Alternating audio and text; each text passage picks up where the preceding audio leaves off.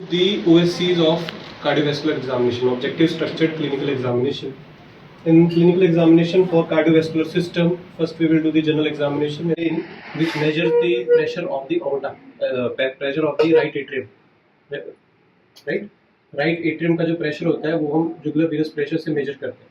So this right atrium is below this manibro-sternal angle. ठीक है, यहाँ देखो बॉडी और हेड जो स्टर्नम का है वो मिलता है, यहाँ पर एक एलिवेशन होता है. ठीक है, सबको होता है, आपने अपनी छाती में फील करके देखो, right? So this elevation below this is the right atrium, right? Exactly 5 centimeter below this. Jugular vein which is coming here, right? It is dividing into internal jugular vein. Look to that side, right? Inside to the head of this sternocleidomastoid is the internal vein, internal jugular vein, and outside to this is the external jugular vein. So we will see the pulsations, right? The pulsations, whether that vein is visible or not. In healthy patient, it should not be visible. In right heart failure cases, जहाँ पे fail हो गए वहाँ पर back pressure बनेगा और ये when visible हो जाएगा, right? So the pulsations of this should be noted down.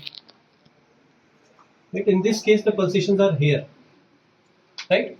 So how do we measure this?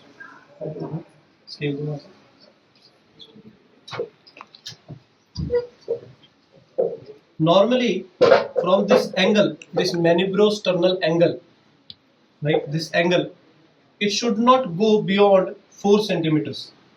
So if we place our scale like this, give me a pen. In this case, the pulsations are here. So it is approximately 3 centimeters. 3 centimeters. So this is how we measure the jugular venous pressure. People who have right heart failure, this jugular venous pulsation will be seen here, here, here, or here, or here, right? So if suppose the pulsations are coming over here, so we'll mark a straight line and at the angle we will check. Now it is 8 centimeter. Normal is up to 4 centimeter. So 8 centimeter means the jugular venous pressure is raised. Getting it? You will be seeing it visibly also, and when you are seeing it visibly, you have to measure it.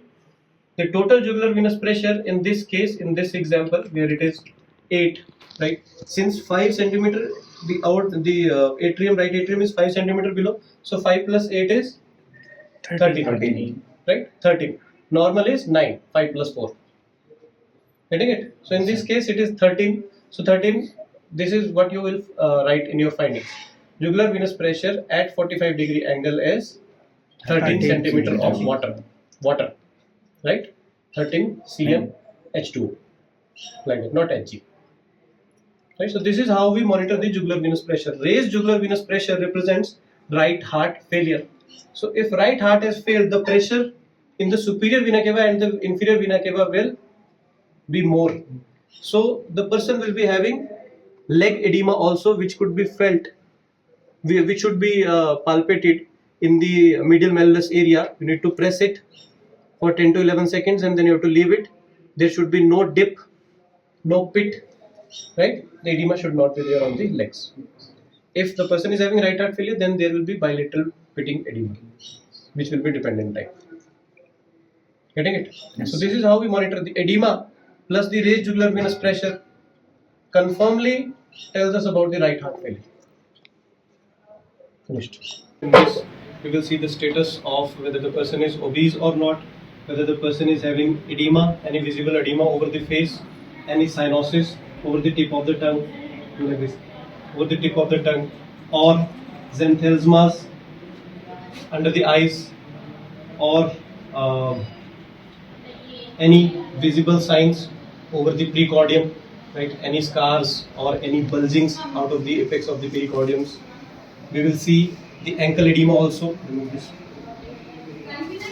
Right. By pressing at the medial malleolus, we will see whether the person is having any foot edema or not. Apart from this, we will look at the hands.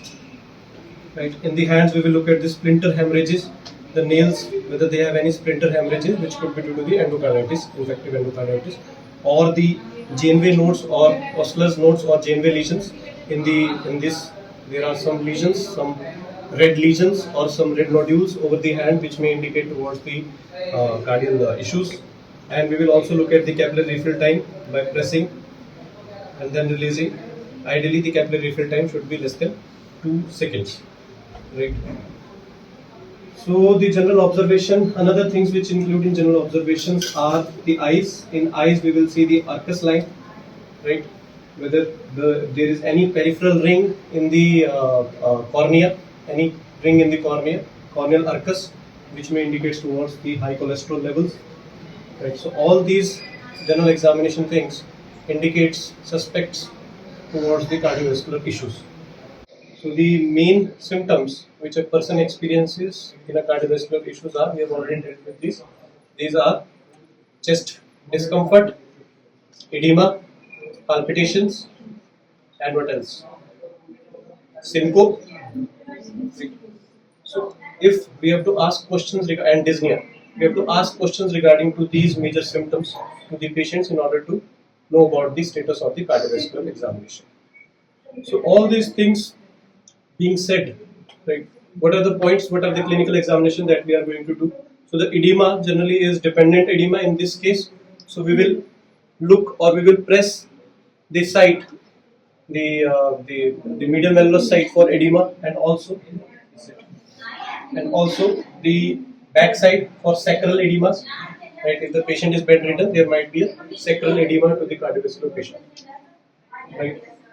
And talking about the auscultation and palpation of cardiovascular system, let us talk about the palpation first.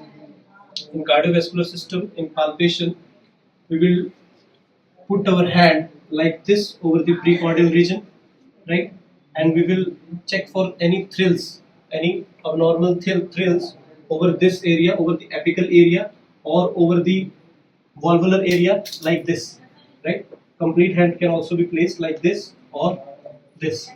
So this is palpation for this, and for assessing cardiovascular system, first is pulse rate, and second is blood pressure, and third is jugulovenous pressure (JVP), and fourth is the auscultation sounds, the heart sounds, right? Heart sounds, the normal sounds, and any additional sounds.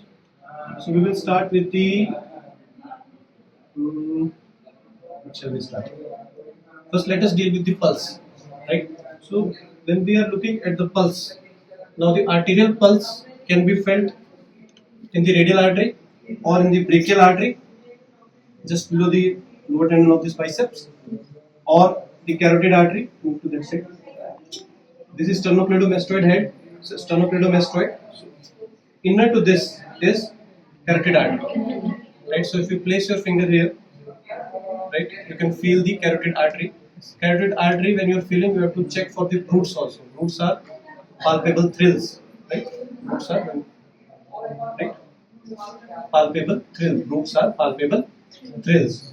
So another arteries are femoral arteries at the inguinal canal, right? Dorsalis pedis artery, right? With 3 fingers you need to check it, and posterior tibialis artery here, right? Behind the medial malleolus is posterior tibialis artery. So you have to check all the arteries, and when you are checking the arteries, you have to check the collapsing pulse. So we will check the radial pulse, and then we will lift the hand, and we will see whether that pulse is still there or not. If it disappears, then it is called as collapsing pulse. It is seen in aortic regurgitation. Right? So in pulse, we will check rate, rhythm, volume, and character. The rate, normal rate is 60 to 90. Less than that, more than that is bradycardia and tachycardia. And rhythm, we have a sinus rhythm. It is regularly regular. If sinus rhythm is not there, if sinus arrhythmia is there, mostly it is because of ectopic beats or ventricular tachycardias. So in this, we will see in the rhythm, we will see the extra beats. So that may be regularly irregular, right? It is irregular, but it is regularly on a time duration. Every time duration it is irregular. So regularly irregular, as in the case of ectopic beats, extra systoles. Heart is producing extra systole. Everything is going normal, but after certain time, heart is giving an extra systole. So that kind of thing will be felt, right? Extra systole when you are observing the pulse, or it could be irregular completely. There is no pattern, there is no regularity, right? Irregular also. So this is about rate, rhythm, then character. Let us talk about volume first. So volume of the pulse can be increased or decreased. Most common example of volume increase is in the fever. In fever, the volume of the pulse increases. So the pounding to your finger is more, as in the case of fever or after exercise or in pregnancy or in old age. These are physiological cases where increased pulse volume is seen. Decreased pulse volume is seen as in the case of hypovolemia. When the person is having hypovolemia, then the pulse is very slow. Or it is also seen in the case of heart failure, left heart failure. The left heart is not pushing blood in those cases. Then the character: pulsus paradoxus, pulsus bisperans, pulsus alternans, and pulsus and collapsing pulse. Collapsing pulse I told you, right? When you see the radial pulse and you lift the arm, if it collapses, it is collapsing pulse, aortic regurgitation. Then the pulsus bisperans. With every systolic peak, there are two peaks. The pulse beats twice, right, in rhythm. Generally, we feel one beat. If you are feeling two beats, that is pulsus bisperans. Again, it is because of aortic regurgitation. Person is having aortic regurgitation, aortic walls are regurgitating. So in those cases, we will see this pulsus bisperans. Then pulsus alternans. In pulsus alternans, the pulse alternates between increased volume and decreased volume. On one beat there will be increased volume, and on another beat there will be decreased volume. And in pulsus paradoxus, the pulse rate generally, when the person inspires, the pulse rate increases, and when the person expires, the pulse rate should decrease. Right? There is variation which can be seen over a chart. So in this paradoxus, this phenomena is exaggerated. As the person inspires, the pulse rate increases too much. Right? So this is again because of heart failure and some mitral issues. So this was all about character, rate, volume, about the pulse. So what are the things which you should look in the pulse, in the radial pulse, in the carotid pulse. In the carotid pulse, you have to see the brutes also, right? In the brutes also. If regurgitations are there, then there will be brutes in the carotid pulse also. So this was all about these things. Then we have jugular venous pressure, and the last one we have is heart sound. So let us first deal with the heart sounds. Normal heart sounds are two: lub and beta band karlo, fans मारो. All physicians take money. All physicians take money. A stands for aortic valve, P stands for pulmonary valve, T stands for tricuspid valves, and M stands for mitral valves. Right? The area is for A, the second intercostal space at the right sternal border, right? Aortic valves. Then second intercostal space left to the sternal border, right? Or left sternal border is your, yes, all physicians pulmonary valves. Then fourth intercostal space is your tricuspid. Take money, so T for tricuspid. And the fifth intercostal space, mid-clavicular line, is your mitral valves. So how to calculate intercostal spaces? Behind the below the clavicle is the first intercostal space. Then there is an elevation, the second intercostal space. Then there is an elevation, right? Third intercostal space. And here it is the fourth intercostal space. Then it is the fifth intercostal space, right? It will come just below the nipple in a thin male or in a male. In female, because of the bulging of the breast, it is not calculated according to the position of the nipple. Right? You have to calculate, you have to find the intercostal spaces, second, third, fourth, and fifth. Intercostal spaces आपको calculate करना सिखाएंगे respiratory system. ठीक है, सब करोगे. Everybody will do it at this time. Right? So fifth intercostal space, mid-clavicular line, clavicle from here to here. Right, mid-clavicular line. Right. So this was in every site, in every valvular site. You have to listen to the lub and dub sounds. Lub and dub sounds are the S1 and the S2 sound. S1 sound is because of the closure of the mitral valves and the tricuspid valves, and S2 sound is because of the closure of the pulmonary and the aortic valves. Right. They should not be split into. They should be completely intact. Lub and dub. There should not be any S3 sounds in adult males. In children, in small children, in young adults, in pregnancies, in old ages, S3 sounds are normal. So normal heart sounds in children is lub, dub, dum. Lub, dub, dum. Right? If the same S3 sound is found in adults, it is because of aortic regurgitations, and it is abnormal. And this sound is generally heard as lub, da, dum. Lub, da, dum. Right? Da is heard. Lub, da, dum. This is S3 sound.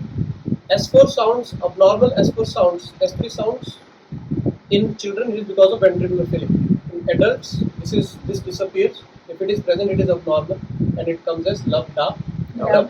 S4 sounds are generally heard before the lub as da. So da, lub, dum, da, lub, dum. That is S4 sound, right? That is again because of valvular failures, valvular regurgitation. So valvular regurgitations will lead to abnormal heart sounds, murmurs or clicks, right? Any type of clicking noise, any type of murmur. Murmur noise is murmur noise, just like a door, murmur, like that, right? So you have to either through the diaphragm or through the bell of the stethoscope, right? You have to listen to the heart sounds, S1, S2 sounds, either in this fashion or towards the left lateral side, left lateral side, right? Or in sitting, slightly bent forward, and then at the apex region. Clear? Clear S1, S2 sound? Yes. Any doubts? So this was all about S1, S2 कुछ रहता है JVP हो गया JVP करवा दिया